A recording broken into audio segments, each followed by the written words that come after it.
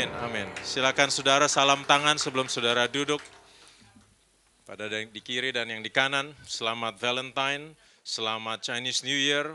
Semuanya digabrukin di bulan Februari. Masih dalam nuansa Kongsi Facai kan? Kan belum 15 hari. Saya sendiri di hari ke-15 diajak oleh Papa balik kampung. Papa tuh senang sekali balik kampung. Kalau Cap Gome, hari ke-15 dari tahun baru Imlek, dia senang sekali balik ke kampung. Katanya banyak perayaannya meriah dan sebagainya, tapi memang hatinya di sana. Pokoknya asal ada alasan yang tepat, dia pasti ngajakin balik ke kampung. Terakhir saya balik ke kampung itu tahun 92 atau 93, waktu itu saya masih belum menikah, tapi saya ajak calon istri saya waktu itu, ayo lihat kampungku kayak apa. Satu pengalaman yang luar biasa, saudara tahu, bukan satu kebetulan. Waktu kita kembali ke sana, saya baru tahu bahwa my great grandfather, 3 lapis di atas saya, adalah seorang pendeta. Dia yang memulai gereja di tempat itu. Gerejanya masih berdiri. Jadi keluarga kita ini keluarga yang sudah lama misionaris di Cina. Papa juga baru tahu. Jadi kita menggali ke situ latar belakang kita, sejarah kita, dan kita baru tahu, wow, yang mereka tabur di mungkin 100 tahun yang lalu atau lebih, hari ini kita tuai sebagai turunan dari misionaris-misionaris. Dan saudara tahu waktu saya mengenal Tuhan, waktu saya umur 18, satu hari ada satu pertanyaan yang menggelitik hati saya. Saya bilang, dalam doa saya bilang, Tuhan ini aneh sekali. Dengan pengetahuan firman saya yang dangkal, karena saya baru bertobat waktu itu, saya bertanya pada Tuhan dalam doa, Tuhan, siapa yang memberi nama saya Petrus? Keluarga saya semuanya bukan dari Kristen, bukan juga dari Katolik. Dan kenapa saya diberikan nama Petrus? Dan Tuhan memberikan ayat saya dengan pengetahuan firman saya yang dangkal. Begitu saya buka Yeremia 1 ayat 5. Sejak engkau di rahim ibumu, aku sudah mengenal engkau. Aku sudah mengangkat engkau menjadi nabi bagi bangsa-bangsa. Jadi saya tanya ke orang tua saya, kenapa saya diberi nama Petrus? Mereka bilang waktu itu kehabisan akal, jadi mereka bertanya kepada seorang teman, dan temannya kebetulan seorang Kristen. Jadi diberi nama Petrus, itu versi mereka, tetapi saya tahu semuanya dari Tuhan. Amin, Tuhan yang sudah mengatur, haleluya. Saudara, minggu lalu kita mengadakan studi Alkitab di Mall Plaza Indonesia. Wow, kapan lagi coba bisa studi Alkitab di mall? Saya berpikir dan kita beri nama STARS, Studi Alkitab Relevan Zaman. Saya berpikir, kenapa enggak kita berbicara mengenai Tuhan di mall? Kenapa di mall harus jadi tempat dosa saja? Mall itu tempat berbahaya loh saudara. Anak saya tidak izinkan ke mall sendirian.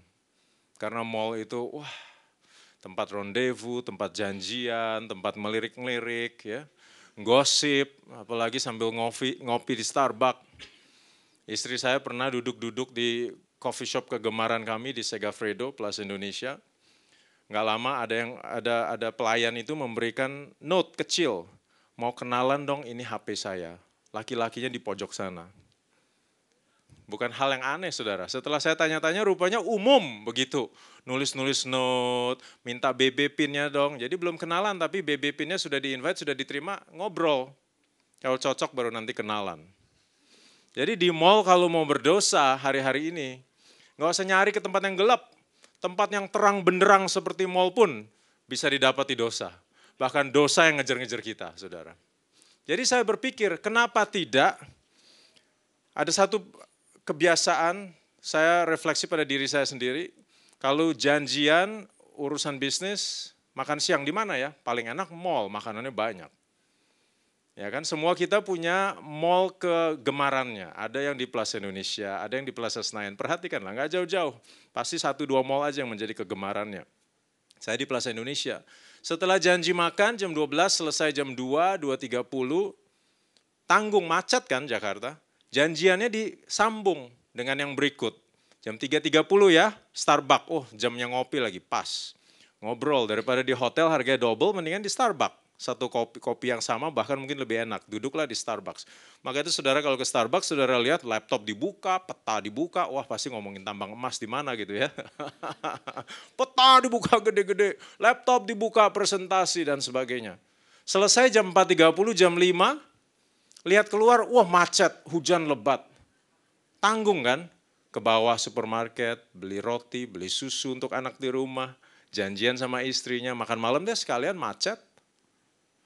Saya memperhatikan dari jam 5, 5.30 sampai jam 7, itu waktu-waktu, wah syarat dosa. Karena nganggur.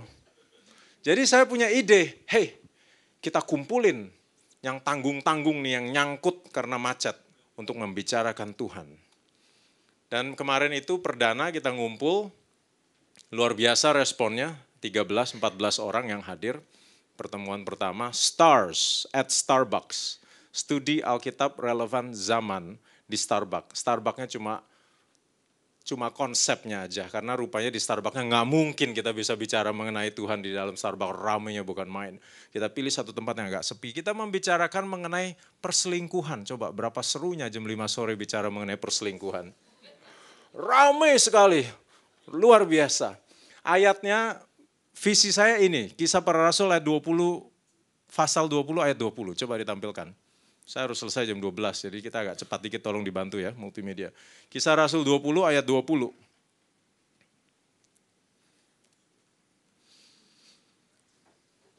Sungguh pun demikian, aku tidak pernah melalaikan apa yang berguna bagi kamu. Semua aku beritakan dan kuajarkan kepada kamu, baik di muka umum maupun dalam perkumpulan-perkumpulan di rumah kamu. Impian saya adalah ada banyak grup kecil-kecil, 6 maksimum 7 orang, di pojok sini Starbucks, di pojok sana Segafredo, di pojok sana Coffee Bean, membicarakan Tuhan di mall. Kita keroyok mall, membicarakan Tuhan pada jam-jam 5 sampai jam 6. Setiap 2 minggu sekali hari Rabu kita ngumpul jam 5 sore. Jam 5 sore, saudara, ada Twitter saya, Petrus Halim 15. 15 ini angka kegemaran saya, anak saya lahirnya semua tanggal 15, kecuali yang satu udah gak kuat, udah mau keluar tanggal 6 dia. Maunya 15 juga, 1, 2, 3 dapat 15, yang terakhir tanggal 6. Jadi Petrus Halim 15, Stars, S-T-A-R-Z. Saudara bisa follow saya dan saudara bisa lihat, oh hari ini di PI. Oh besok di Plaza Senayan. Kalau kita mengembang sudah menjadi 10, kita pecah jadi 2 grup. Sebentar lagi ada 5, ada 6, ada 7. Saudara di mana aja nyangkut, Pacific Place, di Plaza Senayan. Ada yang lagi membicarakan Tuhan dan saudara welcome untuk join. Amin. Join, bergabung dengan kita. Saudara mari kita buka di Yohanes 4, ayat 4 sampai dengan 26.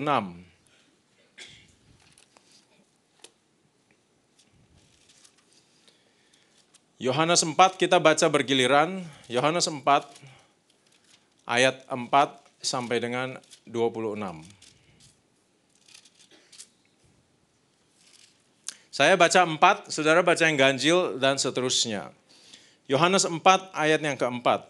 Yesus, di situ adalah Yesus, harus melintasi daerah Samaria.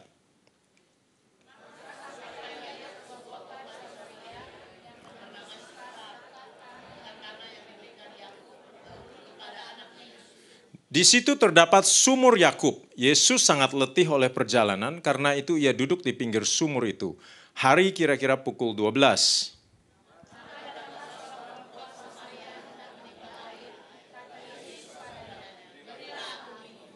Sebab murid-muridnya telah pergi ke kota membeli makanan.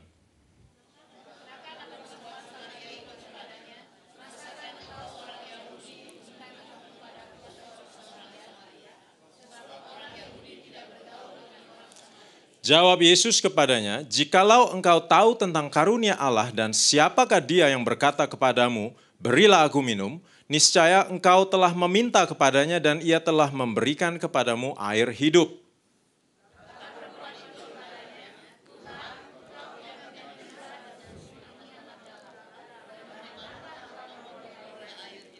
Adakah engkau lebih besar daripada bapa kami Yakub yang memberikan sumur ini kepada kami dan yang telah minum sendiri dari dalamnya, ia serta anak-anaknya dan ternaknya?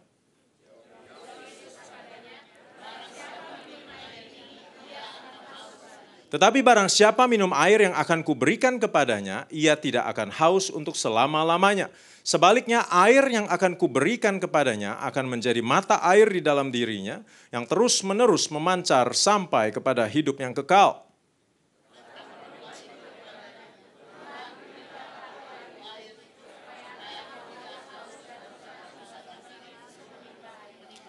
Kata Yesus kepadanya, pergilah, panggillah suamimu dan datang ke sini.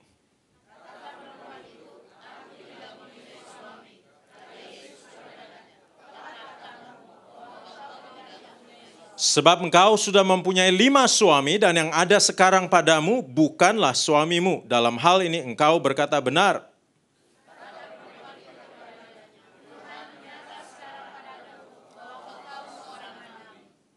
Nenek moyang kami menyembah di atas gunung ini, tetapi kamu katakan bahwa Yerusalemlah tempat orang menyembah.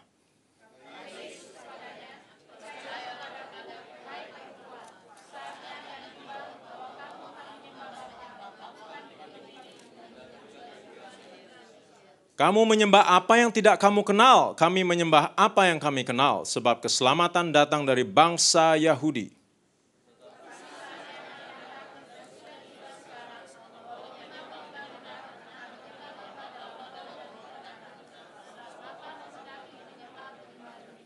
Allah itu roh dan barang siapa menyembah dia harus menyembahnya dalam roh dan kebenaran.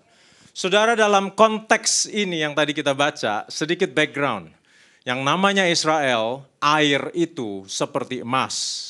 Satu komoditas yang mahal diperebutkan, orang manusia dan bangsa berperang untuk mendapatkan air, dan sumur-sumur itu diberikan nama demi nama. Begitu pentingnya komoditas air. Dan yang dimaksudkan orang Samaria tidak bergaul dengan orang Yahudi, saudara, sejarahnya orang Samaria ini kalau bicara kasta, seperti kasta yang lebih rendah. Orang Yahudi kalau bicara orang Samaria, itu orang tidak mengenal Tuhan. Mereka mencampur adukan budaya Yahudi, cara orang Yahudi menyembah Tuhan, dengan cara mereka menyembah berhala. Jadi kalau orang Yahudi itu bicara orang Samaria itu membicarakannya dengan nada yang sedikit rendah. Allah orang Samaria. Maka itu perumpamaan seorang yang dirampok dan dilukai, ditolong orang Samaria itu benar-benar dampaknya secara budaya itu luar biasa. 2 suku yang bermusuhan tetapi menolong. Nah di sini juga sama. Yesus ketemu dengan seorang Samaria. Karena dia dari Yudea jalan ke Galilea. Harus lewat Samaria. Waktu dia lewat di sana, dia merasa haus. Tapi saudara lihat bagaimana luar biasanya Yesus dari orang yang baru kenal dalam tempo 2 menit membicarakan suaminya yang bukan sah milik dia, membicarakan yang sensitif soal budaya, kamu gak kenal Tuhan yang kamu sembah, cuma orang Yahudi yang tahu cara menyembah. Ini kan sensitif, satu kampung bisa ribut loh saudara. Yesus dengan grupnya sedang melewati. Dan dia menyampaikan kata-kata sedemikian rupa, kalau perempuan ini lari ke kota, bilang, hei ada orang Yahudi bilang kita gak kenal Tuhan. Katanya keselamatan dari Yahudi, bisa dilemparin batu mereka satu grup ini. Tetapi saudara lihat dalam tempo 2 menit kita membaca, Yesus masuk kepada the real deal. Engkau perlu diselamatkan, engkau butuh Tuhan. Bagaimana saudara caranya? Yesus datang tidak membawa timba. Wanita itu bilang, kamu timba aja gak ada.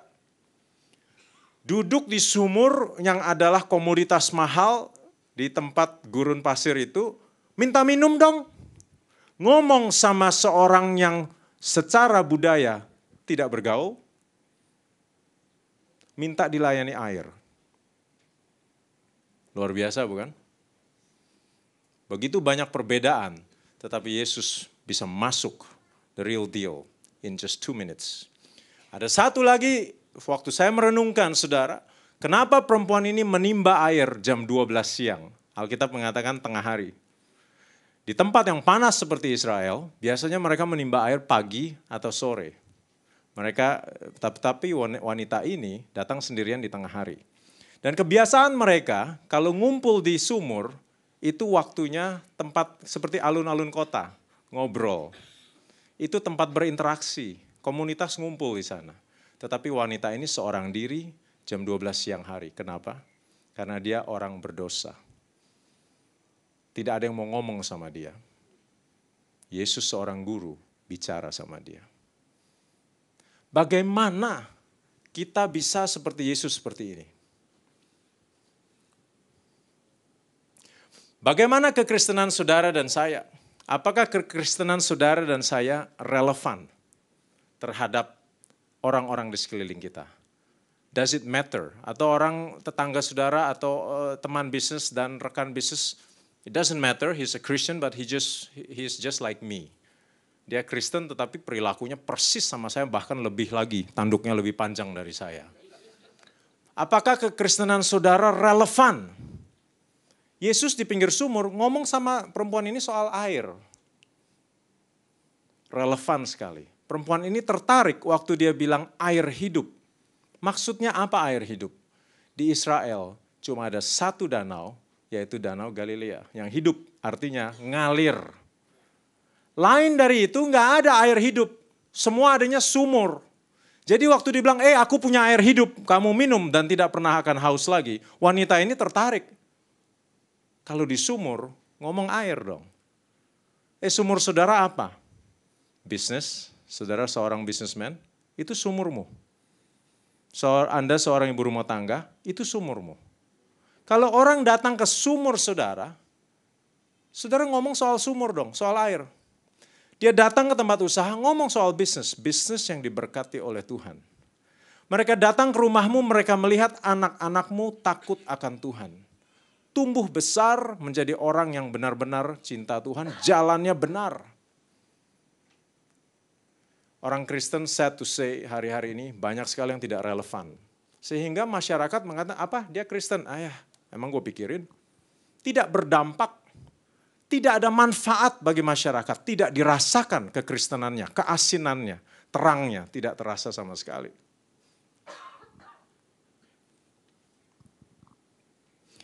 Jangan disalahartikan saudara kalau saya bilang kita harus relevan, kekristenan kita harus relevan terhadap sekeliling kita, bukan berarti kita menjadi serupa. Roma 12 ayat 2 kan jelas, jangan kita menjadi serupa, tetapi berubahlah oleh pembaharuan budi, supaya kita tahu membedakan mana yang baik, yang berkenan bagi Allah, dan yang sempurna. Bukan menjadi serupa, tetapi sama, tapi beda. Kita menghadapi hukum yang sama, kita menghadapi keadaan ekonomi yang sama, kita menghadapi situasi yang sama, tetapi jalannya beda. Dan hasilnya, kok beda ya? Itu adalah kekristenan yang relevan. Sehingga seperti wanita tadi, banyak orang akan bertanya lebih dalam sama saudara, gimana ya anak lu bisa begitu? Gimana ya usahamu bisa begitu? Saya lihat luar biasa. Kamu ditipu orang, kamu bilang puji Tuhan. Orang lagi susah, kamu malah menuai banyak tender menang. Tender kalah, saudara bisa mengucapkan ada yang lebih baik bagi saya. Pernyataan-pernyataan iman mengalir dari interaksi saudara dengan rekan usaha. Mereka mau tahu, kamu ini sama dengan saya, kita sama-sama dalam tender, sama-sama aturan mainnya, tapi hasilnya beda. Bagaimana?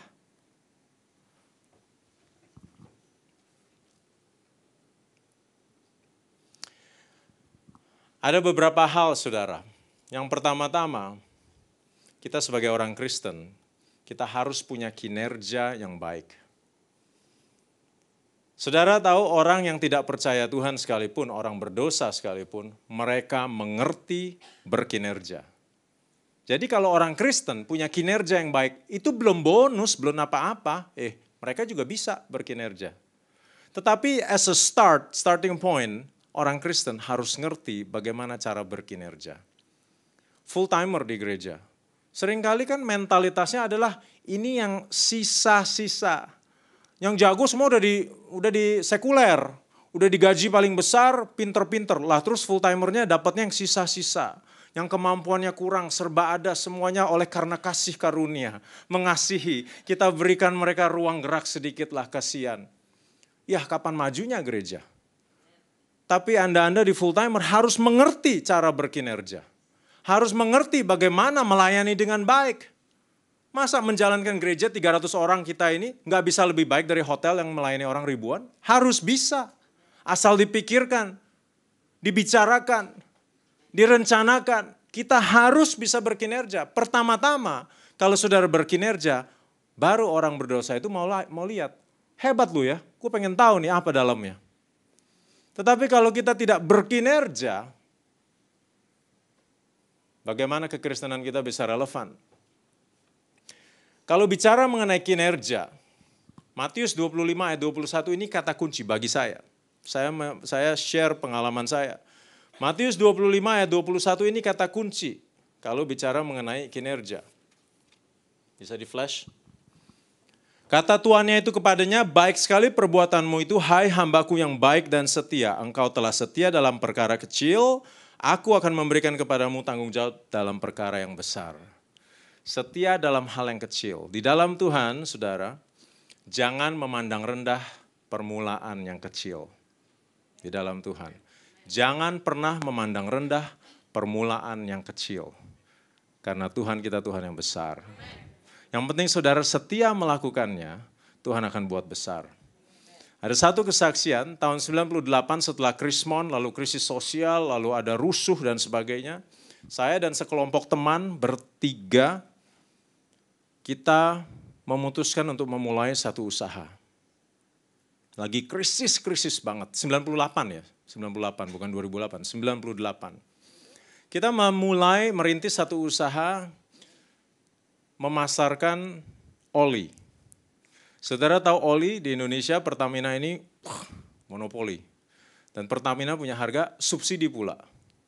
Pada waktu itu, waktu kita mulai memasarkan, kita harus menjual oli yang fungsinya notabene sama dengan harga 3 kali lipat daripada mesran. Kenapa? Karena rupiah 15.000, Pertamina tetap jual dalam rupiah.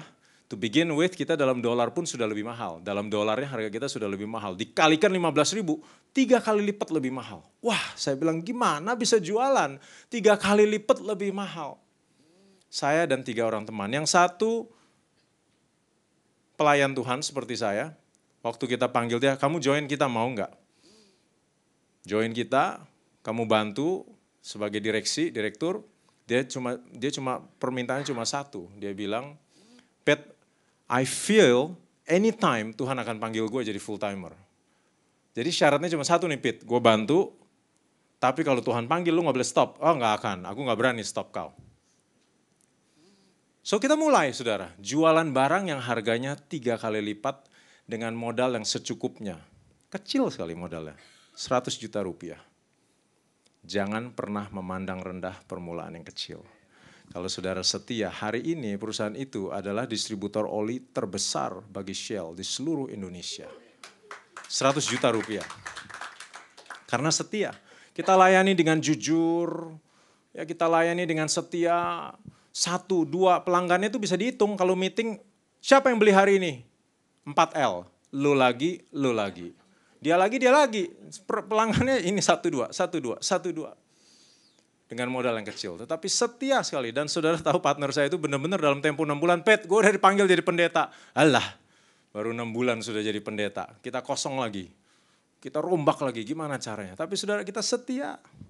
Sampai hari ini saudara, kita bangun perusahaan ini di atas kebenaran firman Tuhan. Kalau ada perbedaan pendapat, kita selalu bilang, udah.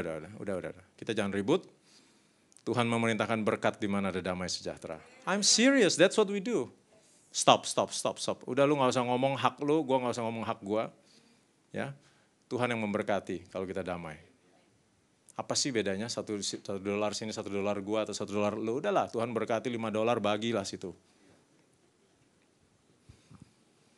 Bagaimana kehidupan saudara, kehidupan iman saudara? Ada satu perumpamaan, ada seorang petualang, dia senang hiking. Dia hiking di satu gunung, tetapi karena ceroboh, dia terjerumus, masuk ke jurang, beruntung dia berpegangan pada satu dahan kecil. Dia bergelayutan di sana, dia tahu dia nggak akan tahan lama, ini tangannya sudah mulai pegel. Dia teriak, tolong, siapa di atas sana, tolong saya. Nggak lama ada suara, Apa yang kamu perlu? Siapa itu? Dia bilang. Ini Tuhan katanya. Oh Tuhan, tolong aku. Suara itu menjawab, lepas saja dahannya. Lalu ada diam hening sebentar. Laki-laki itu bilang, halo, ada yang lain gak di atas sana? Nangkep gak saudara? Tuhan suruh lepas, dia mikir dulu, ada yang lain gak di sana atas?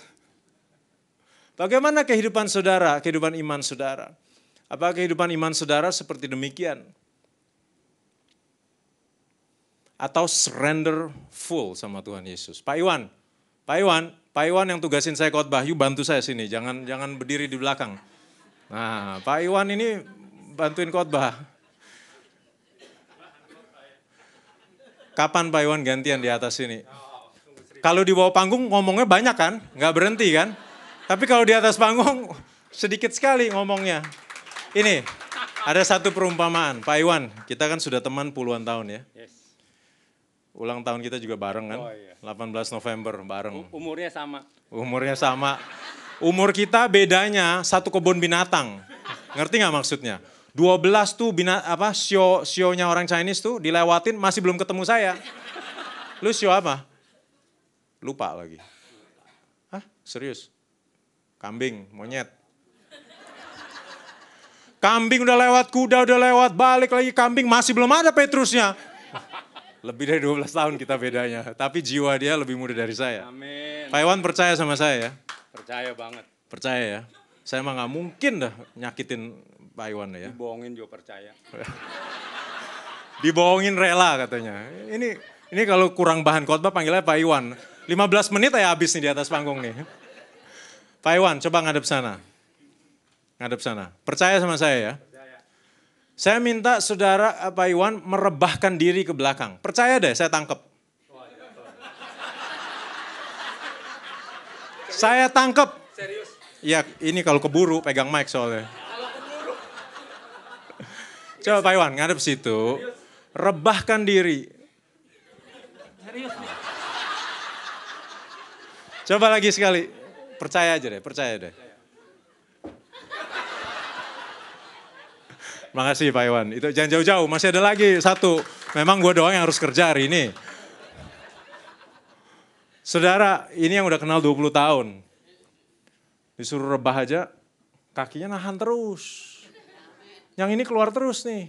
Seperti yang tadi, ada orang lain gak di atas gitu kan, jangan yang itu deh, suruh lepas. Bagaimana kehidupan saudara, kehidupan iman saudara?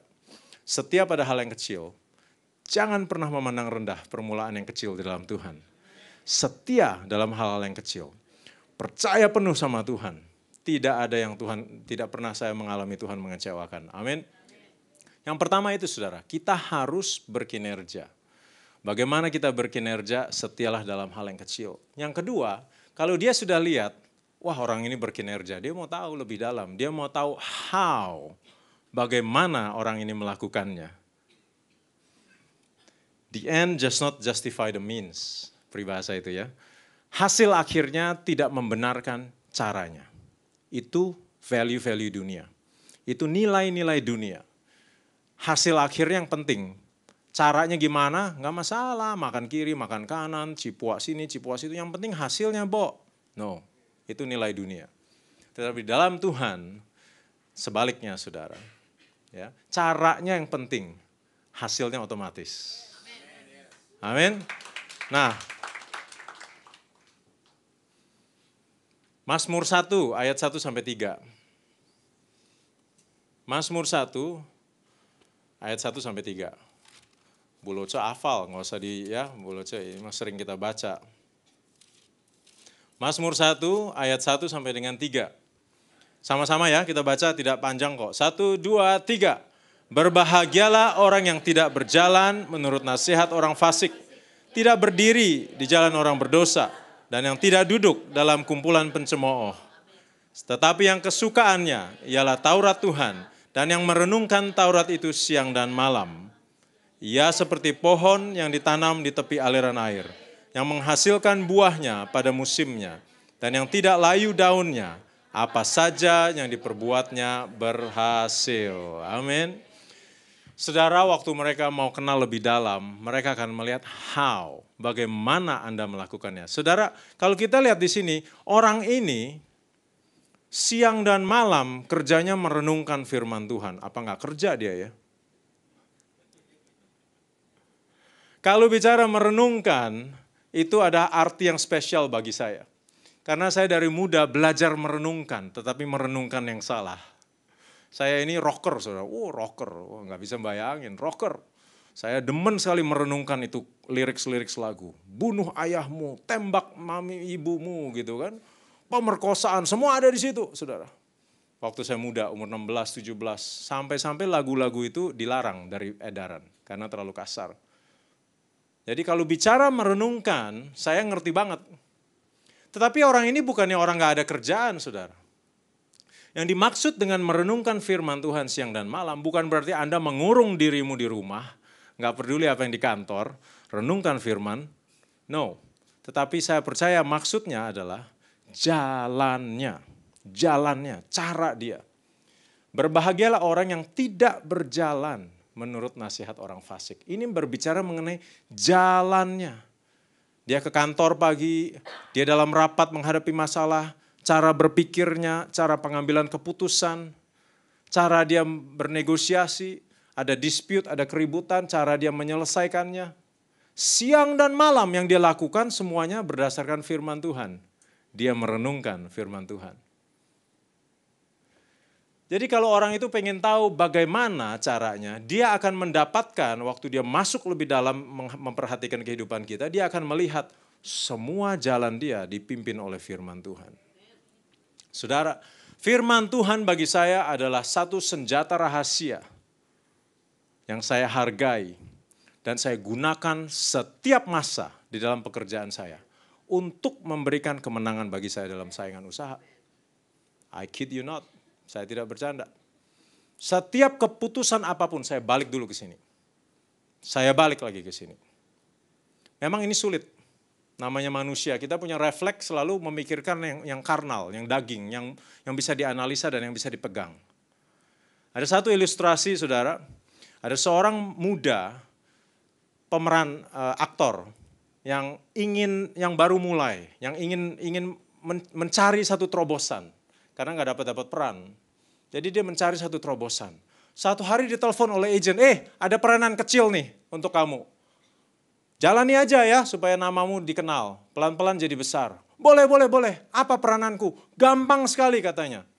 Kamu cuma perlu ngomong, wow, meriamnya meledak. Cuma perlu ngomong gitu. Udah gitu aja, udah. Dapat cek kecil, tapi kan lumayan terobosan. Oke, dia latihan lagi mandi. Wow, meriamnya keras banget. Dia lagi cukur, dia sambil latihan. Wow, meriamnya keras banget. Gitu. Latihan terus. Dia datang ke studio, dia berdiri di samping panggung sambil ditunggu dipanggil, dia latihan. Wow, meriamnya keras banget. Dia latihan. Begitu dia dikasih kode, dia naik ke panggung, dia lari ke panggung, bunyi.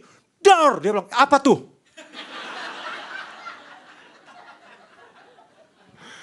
Itu orang Kristen, saudara. Begitu menghadapi masalah, lupa dia. Di gereja dia indoktrinasi. Di Stars, di Starbucks dikasih firman terus. Tetapi begitu ada masalah, apa tuh? Padahal sudah diapalin gitu. Kalau gue ngadepin gini, gue harus gini. Firman Tuhan bilang begini. Begitu, dar, apa tuh?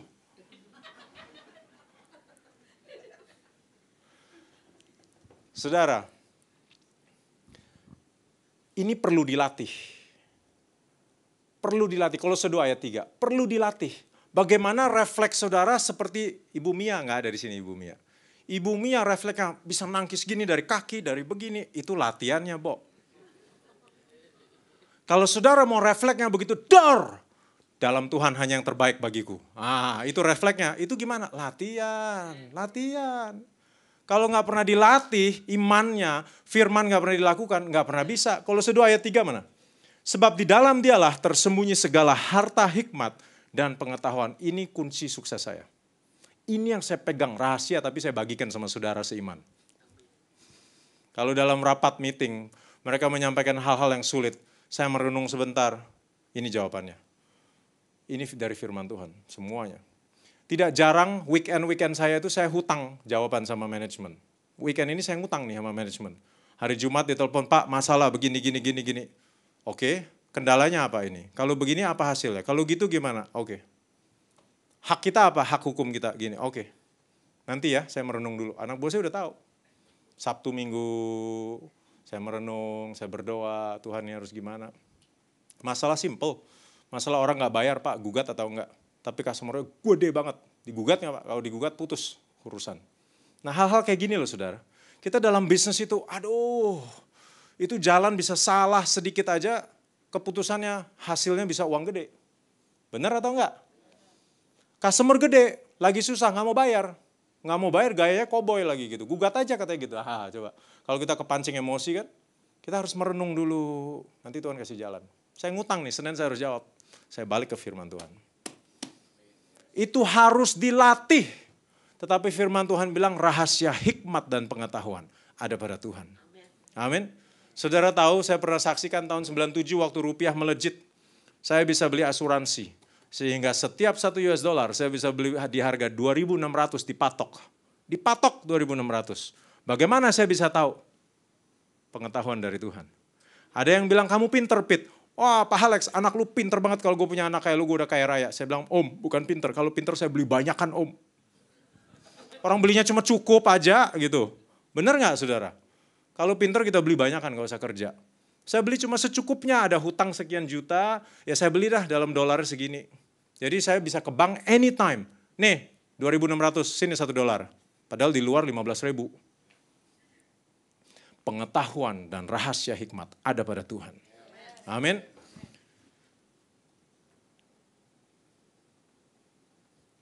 Yang ketiga, 10 menit kita selesai. Setelah dia melihat kinerja, lalu dia masuk lebih dalam, dia lihat caranya. Oh, rupanya orang ini semuanya berdasarkan firman Tuhan. Dia terus mau tahu lebih dalam lagi. What? Substance-nya, karakternya. Dia mau tahu karakter. Dia akan lihat dalam interaksi lebih dalam dengan saudara. Karakternya orang ini kayak apa?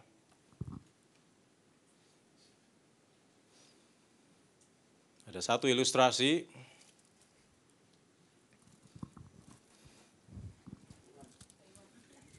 Pak Iwan sini saya cekek. Enggak Pak Iwan bercanda. I just need help with this. Bisa dibantu enggak? Adik yang di sini nih. Yang ganteng nih baju pink. Peranannya simple. Wow, keras banget tuh suara meriam gitu ya. Tolong dipegangin aja, dipegangin. Saudara, bayangkan ini kehidupan saudara, ya. Dari saudara lahir, ya. Sejak kecil saudara ditinggalin sama papa dari kecil. Meninggalkan satu kesan, membekas di dalam batin saudara. Saudara sekolah satu hari matematika tesnya jelek banget. Jeleknya bukan cuma sekali, pertama kali berulang-ulang jelek melulu. Sampai ibu guru bilang kamu ini goblok banget. Muridku yang paling tolol yang pernah aku ngajar. Wah, hatinya kayak ditembak. Berkesan di dalam hati. Satu hari saudara menjadi teenager. Bertemu dengan seorang wanita yang cantik. Tapi wanita ini mematahkan hati saudara. Saudara ditinggalin. Wah, berkesan lagi. Saudara bilang semua wanita sama, matre semuanya. Akhirnya saudara dengan segala kepahitan itu, saudara lari ke alkohol. Minum alkohol siang dan malam. Gak cukup alkohol, saudara mulai juga dengan obat-obat bius. Ini hidup kita nih. Kusut atau enggak coba? Nah. Ketemu Tuhan umur 18 oleh kasih karunia. Diselamatkan oleh Tuhan. You know what you have to do next? Satu-satu harus di-unlearn. You have to unlearn all of this. Kita belajar bagaimana lewat pengalaman kita, baik maupun yang buruk. Terbentuklah karakter dasar kita. Tetapi waktu kita bertemu dengan Tuhan, satu-satu harus belajar ulang. Dan ini proses yang tidak mudah sama sekali. Ada yang dengan proses didoakan, boom, selesai. Oh, aku udah gak obat lagi. Ada yang didoakan sebenarnya, boom. Waduh ini susah banget. Nah ya, alkoholiknya berubah, dilepas alkohol. Tetapi yang membekas tadi, dibilang ibu guru bilang kamu orang paling tolol di dunia. Wah itu rupanya membatin sama dia. Lalu pengalaman, terima kasih. Pengalamanmu dengan wanita cantik tadi bilang, wah wanita semua matre semua. Itu harus di unlearn, satu-satu harus di pembelajaran ulang kembali. Bukan hal yang mudah. Namanya proses. Kalau sudah bicara mengenai karakter dasar, hanya ada satu jalan yang bisa merubah, yaitu proses dari Tuhan. Nggak ada jalan lain. Harus dilalui itu, supaya Anda belajar dan Anda lepas dari pengalaman pahit itu dan mengerti, oh rupanya saya bukan orang tolol. Rupanya saya dibeli mahal oleh darah Yesus. Rupanya saya diciptakan serupa dengan Allah. Tetapi perlu melalui satu proses. Saya pernah mengkhotbahkan perikop ini, tetapi saya menilai 95% belum pernah mendengar, kita ulangi ya. Markus 5, ini sebagai penutup.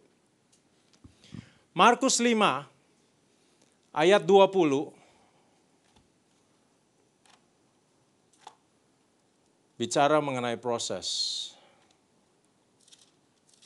Saya ini hasil proses Tuhan yang luar biasa. Saya seorang pemalu, tidak mungkin saya berdiri di atas panggung berbicara seperti ini. Dari kecil bangku sekolah, kalau saya nakal, ibu guru gampang sekali. Dudukin saya di samping perempuan, udah saya diem aja. Karena saya tidak bisa berinteraksi, tidak punya percaya diri, bicara memulai satu pembicaraan, nggak bisa. Saya merasa diri saya jelek dan diri saya paling nggak mampu, nggak bisa bicara. Sama sekali, itu proses. Jadi kalau hari ini saudara lihat itu sudah barang yang dipoles oleh Tuhan. Dulunya nggak bisa sama sekali seperti ini saudara. Dan saya pernah loh saudara, mundur berapa tahun, dalam arti mundur itu tidak melayani. Ini kan semua kita punya panggilan. Saya diberikan talenta, saya nggak mau ladeni gitu, saya bilang sibuk lah kerjaan, anak-anak masih kecil. Ya, saya nggak ladeni gitu, saya jarang lah disuruh share, sibuk, disuruh apa sibuk, 5 tahun lah. Tapi ke gereja, bukannya jatuh dalam dosa, cuma saya memprioritaskan waktu untuk yang lain. Saudara tahu, Tuhan cabut, saya ngomong kayak orang gagap. Kalau rapat, kok nggak bisa ngeflow gitu, nggak bisa ngalir gitu. Wah saya tobat. Dan waktu saya mulai pelayanan lagi, itu kayak belajar ulang lagi. Jadi saudara kalau punya talenta dipakai, jangan pernah say no kalau Tuhan kasih talenta. Markus 5 ayat 21 sampai dengan 43, saya akan cepat. Markus 5 ayat 21 sampai 43. Saya baca 21, saudara 22 dan seterusnya. Markus 5 ayat 21, sesudah Yesus menyeberang lagi dengan perahu, orang banyak berbondong-bondong datang lalu mengerumuni dia, sedang ia berada di tepi danau.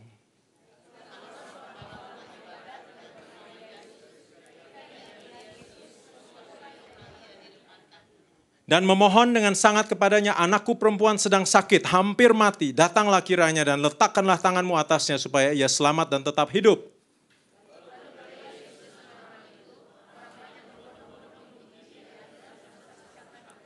Adalah di situ seorang perempuan yang sudah 12 tahun lamanya menderita pendarahan.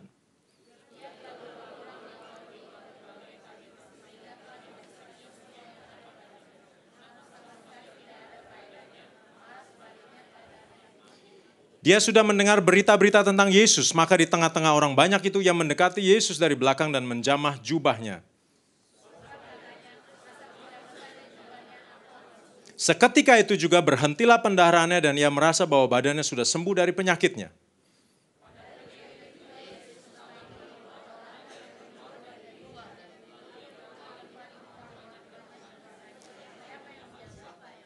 Murid-muridnya menjawab, engkau melihat bagaimana orang-orang ini berdesak-desakan dekatmu dan engkau bertanya, siapa yang menjamah aku?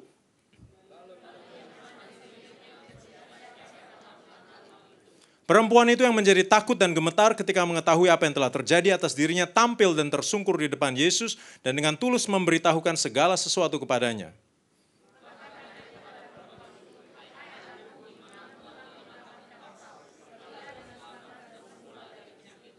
Ketika Yesus masih berbicara, datanglah orang dari keluarga kepala rumah ibadat itu dan berkata, anakmu sudah mati, apa perlunya lagi engkau menyusah-nyusahkan guru?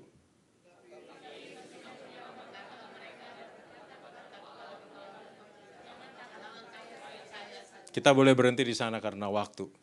Saudara, perikop ini, Yairus, seorang kepala rumah ibadat, harus merendahkan dirinya mencari grup Yesus.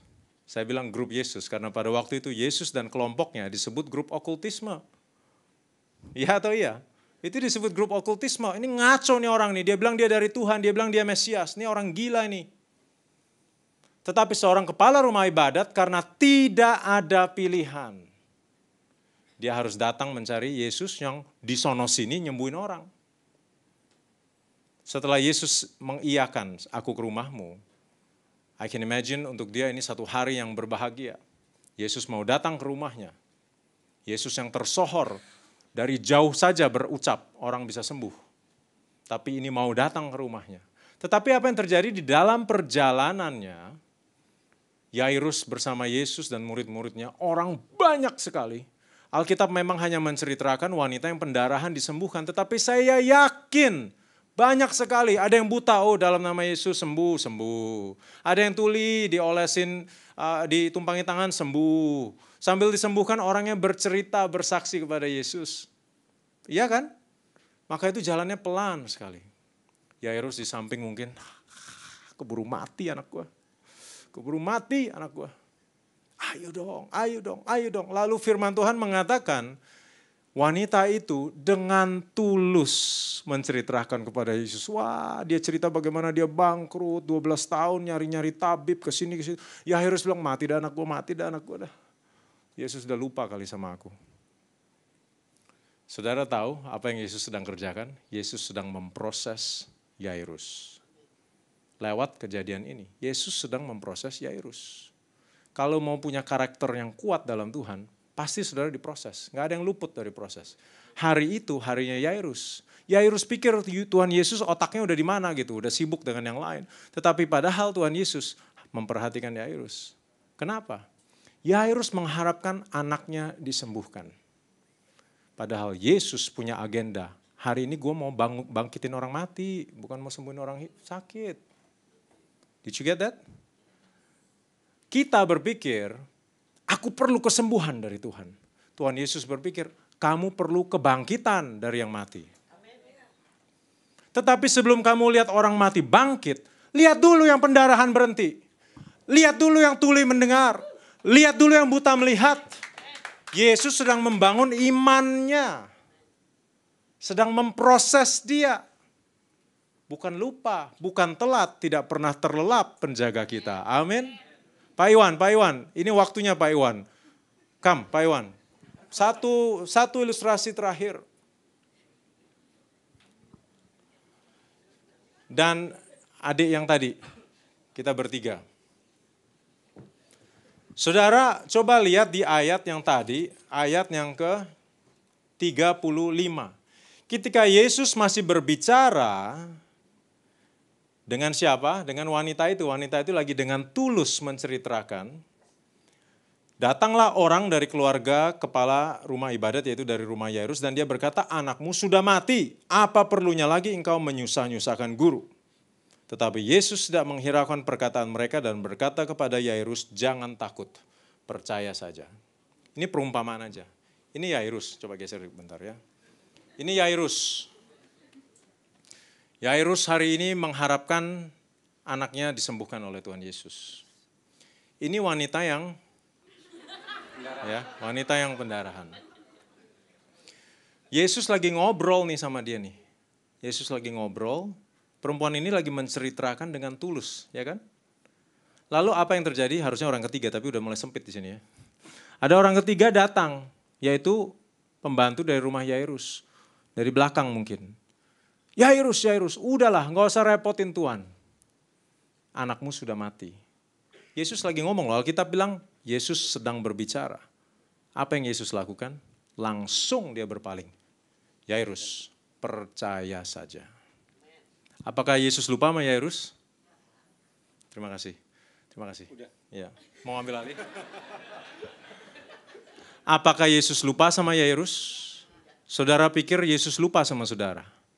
Doanya nggak dijawab-jawab. Itu Tuhan lagi proses. Tuhan selalu memperhatikan. Walaupun dia sibuk nyembuhin orang sakit, permintaan anaknya banyak miliaran ya, satu dunia berdoa permintaannya banyak. Nggak ada yang dia lupa sama saudara. Dia memperhatikan saudara. Tetapi prosesnya itu saudara harus lalui. Mau lihat yang besar, harus alami dulu yang kecil-kecil.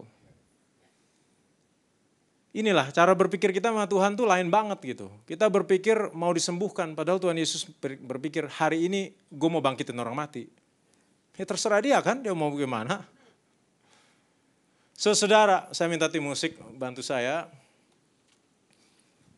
Apa akhirnya pertemuan antara Yesus dengan perempuan Samaria tadi, kalau saudara baca di Yohanes 4 ayat 40 dan 42, orang Samaria datang berduyun-duyun dari kampung itu, minta sama Yesus, tolong tahan 2 hari lagi. Mereka ngobrol soal Taurat, mereka ngobrol soal firman Tuhan. Dan banyak orang dimenangkan. Yesus dalam tempo 2 menit bisa masuk kepada kehidupan perempuan ini. Apa yang dia butuhkan bukan air. Yang dia butuhkan adalah keselamatan. Dia butuhkan berbalik dari dosa-dosanya. Bahkan Yesus bisa bicara sama dia, kamu tidak mengenal Allah yang kau sembah. Itu hal sensitif loh saudara. Dalam 2 menit, bagaimana caranya? Berkinerja yang baik. How? Bagaimana cara saudara berkinerja dengan baik? Berjalan di atas firman, setiap keputusan penting di atas firman Tuhan. Karena rahasia hikmat dan pengetahuan ada pada dia. Yang ketiga, berkarakter yang di atas firman. Taat pada proses. Taat pada proses. Apa yang terjadi? Banyak jiwa dimenangkan. Banyak jiwa dimenangkan. Saudara mulai dengan satu niat untuk relevan terhadap sesamamu. Saudara akhiri, saudara memenangkan jiwa. Saudara relevan kepada Tuhan. Did you get that? Kita harus relevan terhadap sesama. Kita harus relevan terhadap Tuhan. Kalau saudara tidak pernah memenangkan jiwa, Anda tidak relevan pada Tuhan. Dia mati loh untuk orang-orang yang hilang. Bagaimana kita bisa katakan, aku gak peduli orang yang butuh Tuhan, aku sendiri udah sibuk. No, kita harus peduli pada yang hilang. Dengan demikian saudara relevan terhadap Tuhan. Relevan terhadap sesama. Dan saudara akan naik terus, tidak pernah turun. Itu rahasianya. Kenapa naik terus tidak pernah turun? Karena saudara membawa kepentingan yang besar bagi kerajaan Tuhan. Tidak mungkin orang yang menjadi panutan orang banyak dan contoh komunitas dia diizinkan oleh Tuhan jatuh. Selain dia berdosa. Karena dia begitu penting dalam kerajaan Tuhan, memenangkan begitu banyak jiwa, Tuhan akan membela saudara. Usahamu, keluargamu, anak-anakmu, semuanya Tuhan akan bela.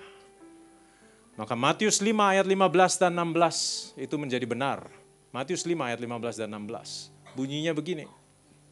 Kalau saudara punya Alkitab sama saya, itu hurufnya merah karena Yesus sendiri yang berucap ini. Matius 5 ayat 15 dan 16. Lagi pula orang tidak menyalakan pelita lalu meletakkannya di bawah gantang. Melainkan di atas kaki dian sehingga menerangi semua orang di dalam rumah itu. Berikutnya, demikianlah hendaknya terangmu bercahaya di depan orang, supaya mereka melihat perbuatanmu yang baik, di dalam bahasa Inggrisnya your good works, dan memuliakan Bapamu yang di surga. Ini Yesus yang berucap dalam merah, Yesus yang mengatakan. Maksudnya gimana? Yesus bilang gini, gua gak goblok. Orang aja ngerti kalau ada lampu gak ditaruh di bawah gantang, diangkat.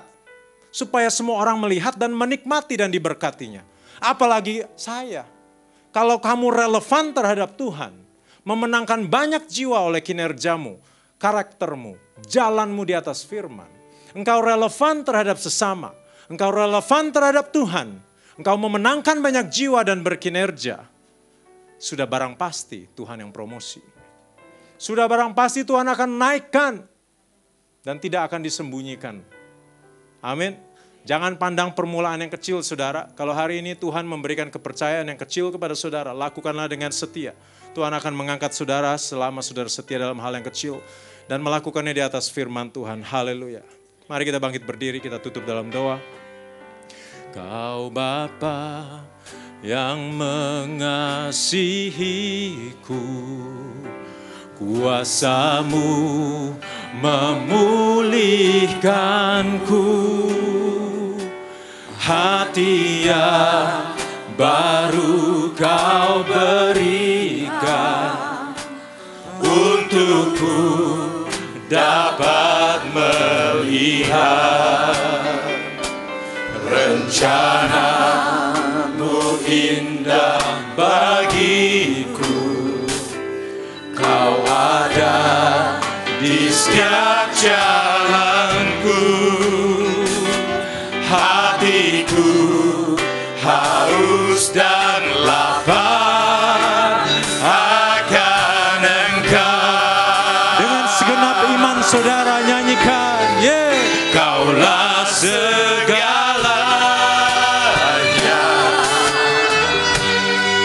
di dalam hidupku. Kerajaan-Mu, kebenaran-Mu, itu bagianku. Kaulah yang kupandang selama hidupku. Mengasihi-Mu, memuliakan-Mu, Bapa dan Rajaku. Jemaat saja dari depan, mari kita nyanyikan dengan iman. That's right, Lord.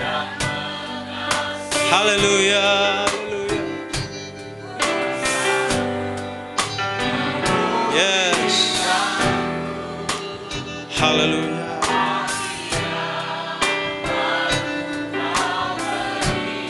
That's right.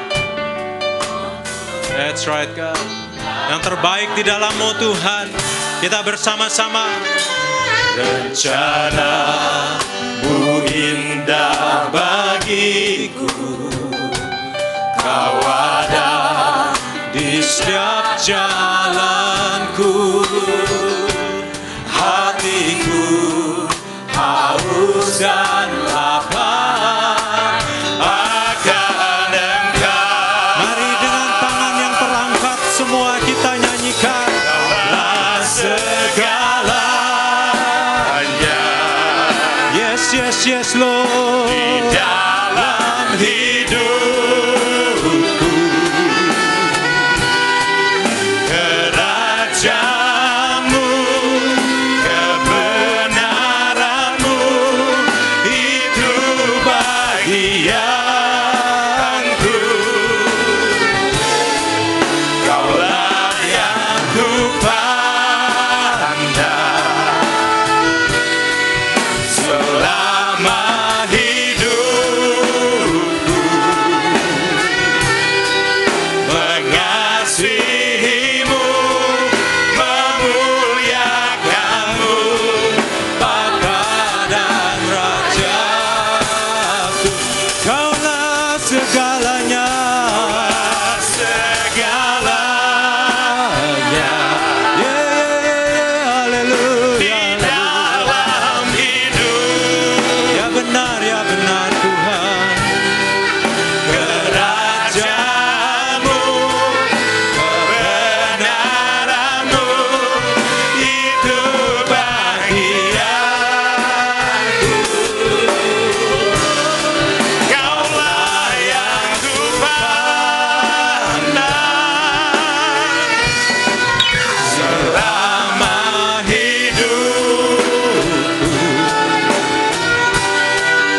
Mengasihi-Mu, memuliakan-Mu, Bapa dan Rajaku. Mari angkat tangan saudara, saya mau mendoakan saudara semua. Tuhan, Kau melihat anak-anak-Mu di tempat ini. Aku berdoa Tuhan, Engkau memberikan pewahyuan demi pewahyuan. Setiap langkah yang mereka harus ambil, setiap keputusan yang mereka harus buat Tuhan. Aku berdoa mereka berani Tuhan, mempertaruhkannya di atas firman Tuhan. Karena sangat berisiko besar Tuhan, mempercayai sesuatu yang tidak bisa dilihat. Karena iman itu adalah bukti dari segala, dasar dari segala apa yang kami harapkan. Bukti dari segala sesuatu yang tidak dilihat. Sangat sulit Tuhan. Tetapi Tuhan, Kau tidak pernah memandang rendah orang yang berharap kepadamu Tuhan. Orang yang berharap kepadamu Tuhan. Engkau tidak akan mempermalukannya Tuhan. Kami mempertaruhkannya. Segenap karier kami, keluarga kami, anak-anak kami, pelayanan kami, semua di atas firman Tuhan. Kami mau melakukan firman-Mu Tuhan. Kami mau kembali kepada dasar, kepada firman Tuhan, kepada firman Tuhan. Tidak ada yang terlalu kecil bagi Tuhan. Tidak pernah terlambat juga pertolongan kami dari Tuhan. Engkau tidak pernah terlelap Tuhan. Tapi kami tunduk pada proses. Banyak yang kami harus mempelajari ulang Tuhan. Tidak bisa tidak, tetapi perlu pertolongan-Mu Tuhan. Terkadang Tuhan Kau menaruh kami dalam satu situasi. Seperti Yairus, tidak ada pilihan lain. Itu jalannya Tuhan. Kita harus jalani dengan setia, taat pada proses. Dan Kau akan lihat, Engkau menjadi relevan terhadap Tuhan. Relevan terhadap manusia sesamamu. Dan Kau akan naik dan tidak pernah turun. Yesus sendiri yang akan memastikan Engkau tidak diletakkan di bawah gantang lama-lama. Tetapi Engkau akan dibawa naik. Sehingga banyak orang akan menikmati pekerjaan-pekerjaan-Mu yang baik. Nama Yesus dipermuliakan. Banyak jiwa dimenangkan.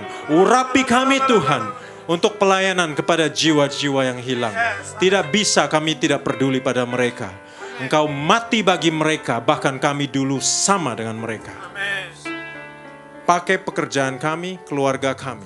Pakai pelayanan kami Tuhan, pakai anak-anak kami. Untuk menjadi kemuliaan bagi Tuhan. Haleluya. Terima kasih. Yesus, nama-Mu ditinggikan. Thank you, Lord. Dalam nama Yesus kami berdoa dan mengucap syukur. Amin, amin, amin.